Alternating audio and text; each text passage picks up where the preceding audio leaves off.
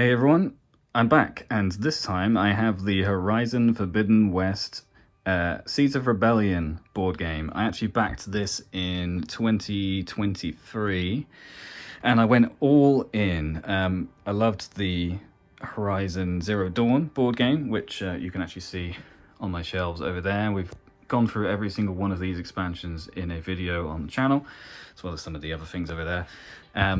But then this one was revealed, and I thought, damn it, I'm going all in, baby. So we've got here about £400 of board game. So I really hope we can get this to the table very soon. Really excited to open these up. So I guess we'll take each bit out bit by bit, and then I will go through each of them, maybe in a separate video, going through what's in each of the packages, because I don't want to rush, and I don't want to try and cram it all into one video. So I guess we'll start with box number one. Okay, this box is way too big to get entirely on camera, so I'm going to open it up, take things out bit by bit, and show you what I got. I've been waiting for this for so long that when I got an email from DPD saying they were due to deliver something, I thought there was absolutely zero chance that this was what it was. But here we are. So I'm not sure what I'm going to do about my shelves, because they are absolutely packed already. But we'll see. Hopefully these boxes are smaller than the Zero Dawn box. Starting with item number one, we have the Horizon 2 Forbidden West Seeds of Rebellion, a tabletop experience upgrade pack. So this, I believe, contains cards relating to all of the original Zero Dawn games. See, it says Horizon Forbidden West core game. It doesn't actually say on it what it is, but I'm fairly certain this is basically, so it's called an upgrade pack for a reason. It converts the machines that came in the original game to be usable with the Forbidden West game, which is really cool because it is actually different. It's not like Resi 2 and 3 where they were very similar.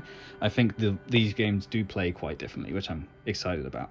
So that is the upgrade pack. Nice, decent, small size. It's very heavy, so clearly a lot of cards in here. Next we have the Deluxe upgrade.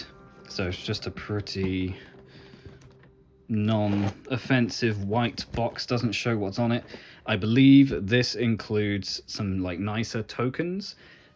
There were a lot of expansions for this board game, and because I went all in, I can't remember everything, but this I think is like deluxe tokens and stuff. So we'll have a look at that later. Over here we have the Kickstarter exclusives box, similar to the Kickstarter exclusives from Zero Dawn. In fact, let me just move up a bit. There you go. So this should contain all of the stretch goals and all those extra bits as well. So it doesn't show on the back what it is. It's kind of a shame. I guess it's because they're not retail products, so they don't need to show what's included. But excited for this one. And I think the only other thing in the box is actually the main game, which is huge. Good golly. Ugh.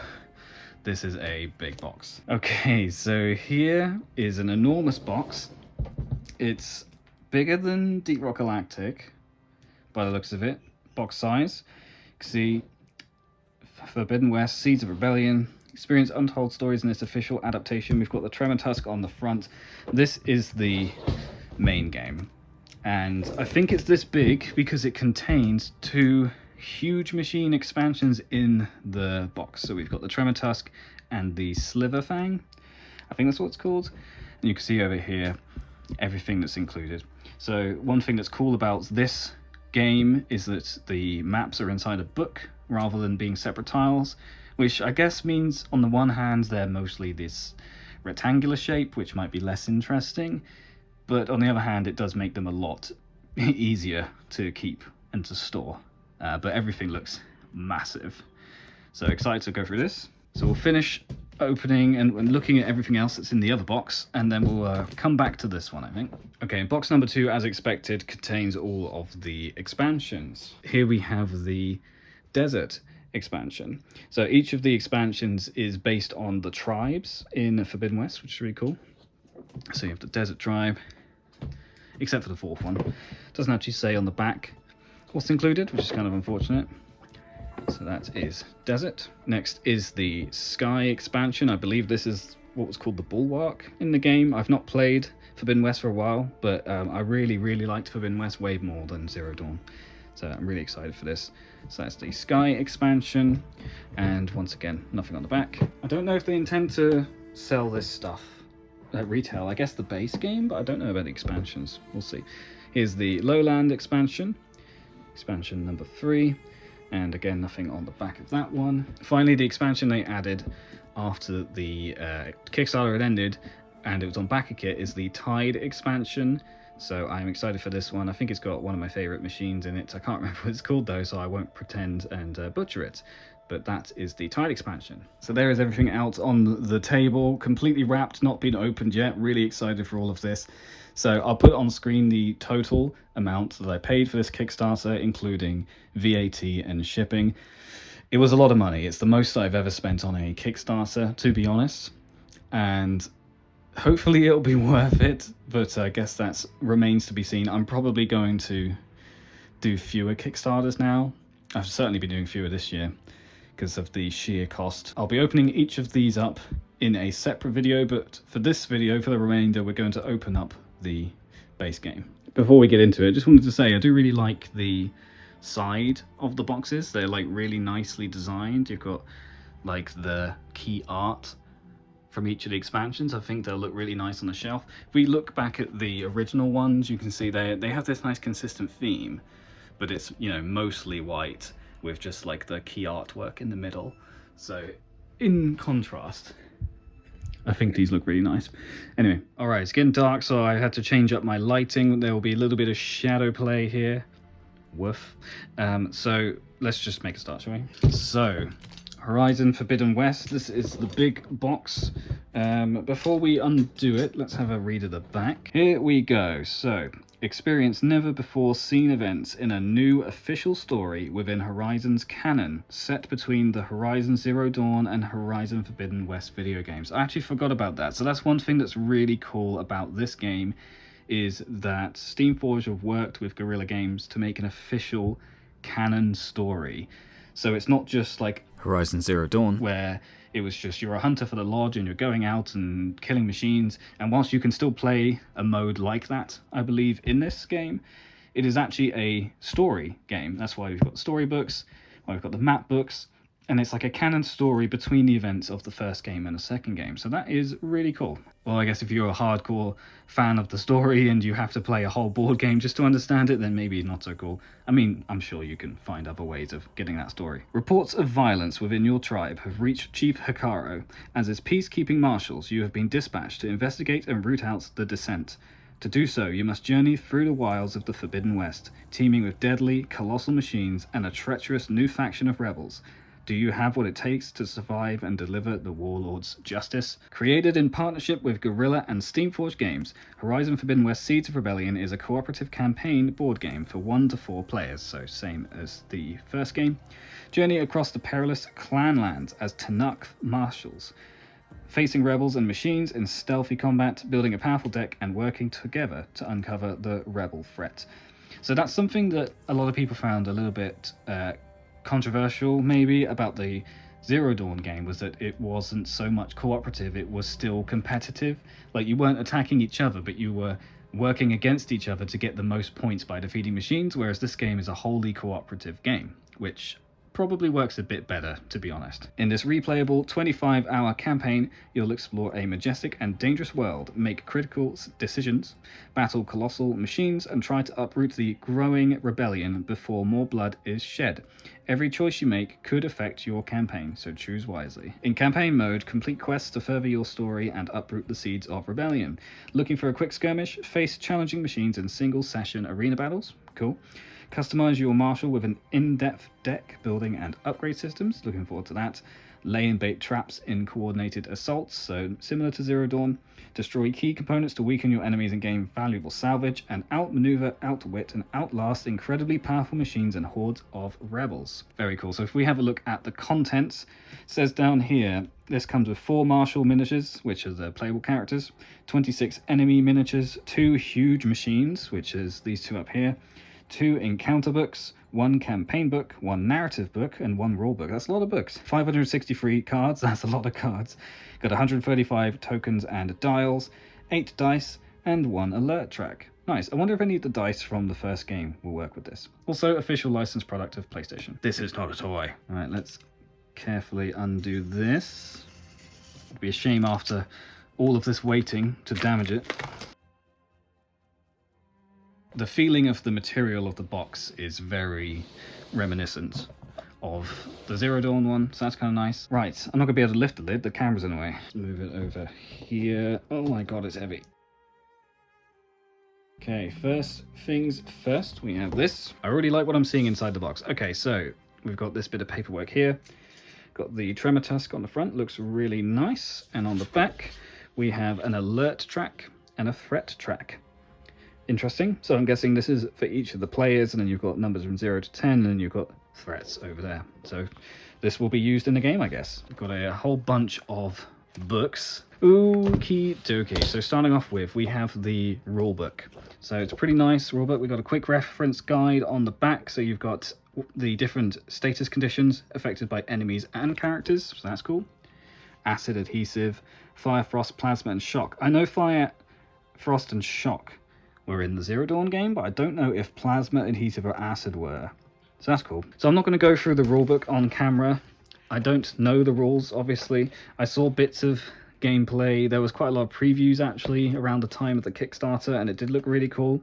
But my understanding is it's actually slightly simpler than Zero Dawn, but it has a lot of the same mechanics. So that will help. Right, this is the narrative book. This is really nice. Nice thick book, and this contains all of the stories. Whoa, this is crazy. This is awesome. This looks like one of those like adventure books. Do you remember the choose your adventure books where it was like, you know, you see a hole in the ground and then it's like, if you jump in, go to page 25, if you walk around it, go to page 45. I used to love those as a kid. But you can see here, you read bits of it, and it says here, then from 3 you read entry 4, but also from 2 you read entry 4. So just depending on what you decide to do, you go down different pathways. I love that. I cannot tell you how much I love that. That's like so nostalgic. That's the rebel leader. She's in Forbidden West. I really can't remember her name. Very cool. Yeah, I'm looking forward to digging into this. Next up is a campaign book. So this is in a sort of spiral notepad. So here it explains the setup for each of the main missions, I guess. The Cool Route encounter brief, the different enemies you can find in that mission. Then you've got 1A, 1B. It kind of reminds me of D&D, you know? It's like you can choose to go one path and then get a different encounter with different enemies. I like that they've done it like this. In the original game and in a lot of games, to be fair, they have like cards for the enemy behaviors, but if you're just going to be doing it alongside the campaign, like the actual encounter, it makes sense to put them all together, right? So that's the campaign book. Next is encounter book A, so I guess that makes that book B. So it does. Would have been nice if they gave them different covers, but hey ho. And this is the maps. Okay, so it's actually 2 books. So if we have a look, this is the Cool Routes, right? Which is like the arena. So if I move that there and then I get encounter book B, move to the same page, and yet you can see those 2 would line up together like that. So this is your play area done as 2 books. It's an interesting choice. I'm not sure how I feel about it, because obviously it means that you've got paper instead of like, you know, hard cardboard or neoprene that's often used. But I like that it's in book form. It makes it easier to carry around and it's less printing, I guess. So that's cool. So that's encounter book A and B. So I think that's all the books. Right, we've done our reading. Let's look at what else is in the box. This piece of cardboard that may or may not have anything in it. Oh, looks like it does. In here we have some little plastic bits. Oh, dice. And there we have the dice. And they look similar to the Zero Dawn dice. So on the blues, you've got no blank side, you've got 2 1s, you've got 2 2s, and Oh no, 3 twos, 1 2, 3 twos, and 1 3. So that's the blues. The orange dies have got a blank side. They've got a 1, another 1, another 1. So 3 ones, 1 blank, 3 ones, 1 2, and 1 crit. And then the black die has 3 blank sides and 3 crit sides. So I think that's the same as Zero Dawn. Let me just go get some to compare. Here we go. So these are dice from Horizon Zero Dawn. So if we look at the black dice, it is indeed 3 blank sides and 3 crit sides. So that matches the Forbidden West one. The blue has a 1, 3 twos, 2 ones, 3 twos, 1 3. Same as this one. And then we have on the orange, 1 blank, 1 2 3 ones, 1 2, and 1 crit. So yeah, the dice for the new game are identical to the dice from the old game, which is really good in my opinion, because I already have 2 sets of dice, so now I have 3. I am easily pleased, aren't I? Right, so I don't know what these clear things are for, so I guess we'll come back to that. I also don't know if I need to keep this, so I'll put it to one side. Oh, there's more in here. There we go. Yeah, more of those plastic things on the other side. Not sure. Okay, we have another one of these boxes as well. This one might actually be empty. Yeah, this one's empty. So I think these were just to pad out the box. Dan from the future here. Keep a hold of these cardboard boxes. They're actually really useful for containing the dice and the items that you punch out, like the tokens and dials and things like that. So yeah, keep a hold of these. Next up, I think the entire rest of the box might be miniatures, which is insane. Here we go. Here is panel number 1, and we have a bunch of cool looking minis in here of various sizes. Got some pretty big ones here and some small ones, and then we've got our main characters in blue this time instead of in, I think it was like a brown color in Zero Dawn, so that's kind of nice. Let's have a look at these. Right, got the rulebook out so that we can actually refer to each of the minis in here. So we're starting off with, we have a rebel soldier. He looks like this. Very cool. Steamforged Games underneath. Pretty much the same size as the minis from the Zero Dawn game, I would have thought. He looks pretty cool. So you get 1 2 3 4 of those. This guy's the Rebel Conqueror, so he's got some big armor, massive weapon. He's obviously the head honcho of the rebels. So you get 1 of him, and then it looks like we have 2 rebel sharpshooters as well. So you got the bow and arrow there. Looking pretty cool. So it's nice to have the rebels in the base game. If you remember from Zero Dawn, there was a expansion. I think it was called the Badlands expansion. I'm looking over it on the shelf. Yes, Badlands expansion, which included rebel soldiers, but that was like the only place you could get the rebels. So it's nice to just have a few rebels thrown into here so you can mix them into the game. All right, let's move on to the player characters here. So each of these is from the different clans. So here we have Nagalo is his name. And is he from the Sky Clan, maybe? So yeah, Nagalo is from the Sky Clan. And we have Biala, who I think is, I guess, was there a 4th clan? They're pretty cool. You see they've got like a cape with a bow and arrow, kind of feathery. Next is Rikita, or Rikita, not sure. They are probably from the Lowlands, Lowland clan, if I were to guess. See, they're like arched forward. Interesting pose, quite imposing. And then we have Drocker, who I'm pretty sure is from the Desert Clan. So yeah, pretty cool. It would be nice to color them maybe in their clan colors, but I'm not a very confident painter. Okay, we still have some rebels. This is a rebel rider, so that's really cool. So he's riding one of the boar ones, but this is a really nice looking miniature, quite a lot larger than the people. So it's a bristleback is what that's called. And we actually have 2 bristlebacks that have not got a rider on them here.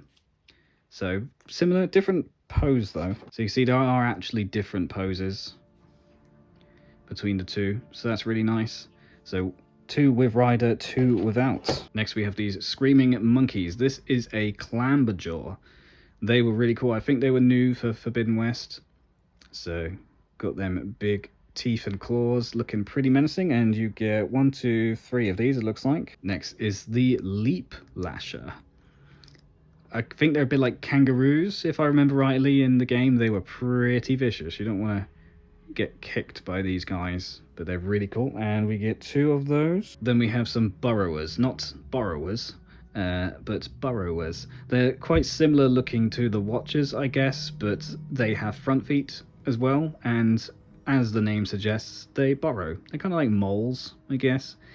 Maybe weasels. But yeah, we get 4 of these. Next up is the Claw Strider, looking pretty cool. They're like Velociraptor type monsters. Really awesome to see these, and we get 2 of them. This one's really cool. This is a Stalker, but as you can see from the clear on the back, it's kind of like half gone invisible, because that's, as the name suggests, what the Stalkers do. They go invisible, and they are much harder to hit. So this is a really, really nice sculpt. And Stalkers were actually in Zero Dawn. I've got some minis in one of the expansions, I think it was, for Stalkers. So I like that they went a bit extra when including them in here, because they're obviously important to the gameplay, but they didn't want to just rehash what was in Zero Dawn. So very nice, and I think it's just the one of these. This is the Spike Snout, and I really, really like this one because he's like an aardvark, kind of, or like a skunk, but it's more like an aardvark, like an anteater with his big long nose, but then he's got his tail hooked up there, and I think he like fires projectiles out of his tail, something like that. Pretty cool design, and we get 1 of these. Then finally, for this part of the box, we have 2 Scroungers. So I think Scroungers were in the Zero Dawn game as well. These ones, once again, have a quite different mold. They're on like sand or something, which is kind of nice. And they're digging into the ground, as one would expect from a Scrounger. And we have 2 of those. So that's the first set of miniatures. So I've got to say, I do appreciate how they have tried to fit everything in using as little plastic as possible, because the original Zero Dawn game was renowned, and I complained about it myself, I think, for just taking up so much space, so much plastic just for the sake of it, and just taking up so much space on the shelf for absolutely no reason. So I applaud them for fitting so much in such a small space. Right, what else is in here? We have just a paper separator, nothing too exciting. Here we have some of the tokens, so they're like the cardboard pop-outs. Interestingly, the only 2 pop-out sheets in the whole box, I think, which is cool. But you can see you've got here the different tokens for the status conditions, so like fire, shock, acid, whatever these other ones were. And you've got some dials. Very nice. Kind of remind me of the Resident Evil weapon dials, so I guess that's probably what the little plastic things were. Dan from the future here. So this is how these dials look when they are constructed. So you see they've got 1 each of the different kinds of plastic bit, and then it's got a dial that you can turn for the various numbers. So like I said, it's very, very reminiscent of the Resident Evil gun dials that show you how much ammo you have left. But we've got here component A and B, I think is what this is. So that must be damage to machine components. So really nice actually to have it as a dial rather than having it as individual tokens. And then this appears to be for each of the playable characters. It must be, maybe it's health, maybe it's ammo, not too sure. But that's what they look like when they're fully constructed. Some tokens here, some flags, component bits. And then yeah, similar, I think this might even be the same. Yeah, I think this is pretty much exactly the same, but you've got different color. These ones in the middle are different colors, and so are these tokens here. So I guess sets for different characters, I suppose. Okay, under that, we've got a few things then. We've got miniatures and then we've got cards. So I guess we'll do the miniatures first, although I wouldn't use the word miniature to describe these really. Oh man, this one is incredible. Starting off, we have Tremotusk. He is a mammoth, as you can probably tell. He's got horns and whatnot, big trunk, and he's huge, absolutely massive. Probably, it's not the biggest miniature that they've released for the Zero Dawn, and probably that goes to the Thunderjaw would be the biggest, and Stormbird's pretty big as well, but he is pretty big, quite similar to the Frost, is it Frostfang? Fireclaw, I have no idea what I'm talking about there, Fireclaw. Frostfang, I think it's from Palworld, I don't know. Anyway, so that is Tremotusk, very cool. And then also in the box, we have the Sliverfang. This one I love. I mean, look how cool this is, and it's really heavy as well. If you painted this, it would be just sick. You see, he is a big snake cobra, and he's wrapped around this pillar, which keeps him in place. It's a really neat way of having it be this sort of like single piece, if you see what I mean, because obviously snakes are long, but having him wrapped around something makes it look really awesome. Wow, he's cool. And yeah, he's similar size to the Tremotusk. Really, really nice. One thing I will say, they are quite tightly packed together in the box. I'll see if I can show you. See, they're packed in like this, so you have to be careful what order to put them in the box, because they might damage each other. Like if I pull the Sliverfang out first, it might snap off one of the tusks, which you don't want. So just bear that in mind, be careful. Right, and as you saw, we have a load of cards. So this says Seeds of Rebellion other cards. Interesting, don't know what these are. Look on the back, unavailable and available. So I guess they'll be used for something. And then we've got, I guess these are character cards or something. Maybe just to indicate who you're playing. So we've got Nagala, Rikita, Droka, and Biala. Okay. Cool. They're slightly bigger than normal card sizes for some reason. And we have a bunch of packs of cards. So we've got some stuff here. This is a weave, so maybe it's equipment we're looking at here. There we have Rebel Sharpshooter, so some kind of enemy cards. Watch Assault Sharpshooter, so more enemies, I guess. Hidden Hunter, we'll have a look at those in a minute. Trapper. There's a lot of cards in here. Mountain Roar, but then that's weaves as well. Interesting. Then we've got Droka, so I guess this is the character cards. We have these mini card sets, so I guess that's the scrap that you used to get, and then Blaze. Maybe this is the same thing, so we'll look at those last. I think that's everything in the box, so let's have a look at the cards. So I'm not going to go through every single one of these, but you can see we've got some equipment here, got some weapons, very nice, light dagger. I like how these look, quite high quality, I would say. Some armor, and these are purple, so whether they relate to one specific character class perhaps, I'm not too sure. Got some cards that talk about melee pit scoring, open wounds, ringing ears, so these are like afflictions, I guess. Page 32 to 33. Okay, so these cards relate to specific pages. Maybe there's like a deck that you have to create. Right, and the next one, this is one of those things where generally, unless you know how the game works fully, it's probably not going to make much sense, but it looks very similar to Zero Dawn, so it should be okay. So Rebel Sharpshooter, and you see on the back, mark target. So this looks like some kind of information deck on things that they can do, like a behavior deck. Got the Rebel Soldier, the Conqueror, Clawstrider, yeah, this must be some of their behaviors. Scroungers, Apex, Bristleback, cool. So they've got Apex machines in here. Hussock, bad guy, Visible. And then it's your Stalker, Tremortusk, ranged attacks, melee attacks. Got the Burrower, so yeah, this is all enemy behavior cards in this one. Spike Snout. Cool. There's so many cards in here. I don't think I would even have enough card sleeves for these. There we go. Watch Assault, Sharp Shooter, Coil. So these are clearly moves from the Sliverfang. Should be doing this way maybe. No, because then they're the wrong way around. Leap Lasher. So yeah, more enemy cards here.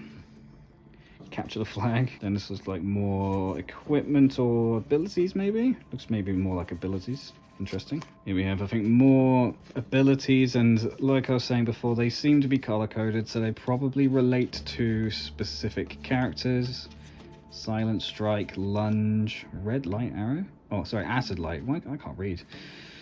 Good lord. Plasma Caster. Cool. So, equipment and abilities. Just shuffle through some of these.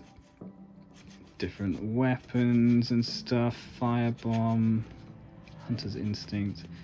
This might be like the most cards I've ever had in a single game. This is insane. I mean, there's a lot of cards in Deep Rock Galactic, but this one I think takes the crown. And this is just the base game, you know. More abilities, Quick Strike, more weapons, Frost Bomb, blah blah blah, more of the same. This one should be interesting. This one looks like the characters. So here we have Droka of the Desert Clan, and looks like his abilities and his starting equipment perhaps.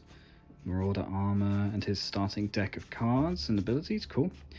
Then we have Biala, all blue and stuff. Advanced precision arrows. Nagala, I'm guessing he throws spears, yeah, spike throwers, traps, expected of the Sky Clan, and then Rikita. Very cool. So we also have these little ones. What do we got here? Blaze, Canister, Glow Blast. So these are like elemental equipment, chill water, sticky based, Sparker side encounters. So these cards look like they're something different. They're to do with encounters, but we've got side encounters.